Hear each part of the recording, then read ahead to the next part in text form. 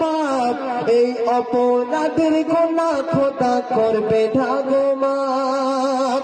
যে যেমনি ভাবে সুসাইড করিবে, তেমনি ভাবে সুসাইড করিবে, সে তেমন ভাবে জাহান্নামায় চলতে থাকিবে, সে তেমন ভাবে জাহান্নামায় চলতে থাকিবে।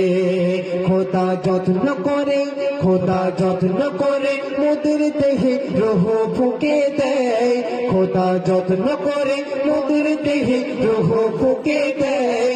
আবার বলে মরণ তোদের হবে রে নিশ্চয়, মরণ হবে রে নিশ্চয়।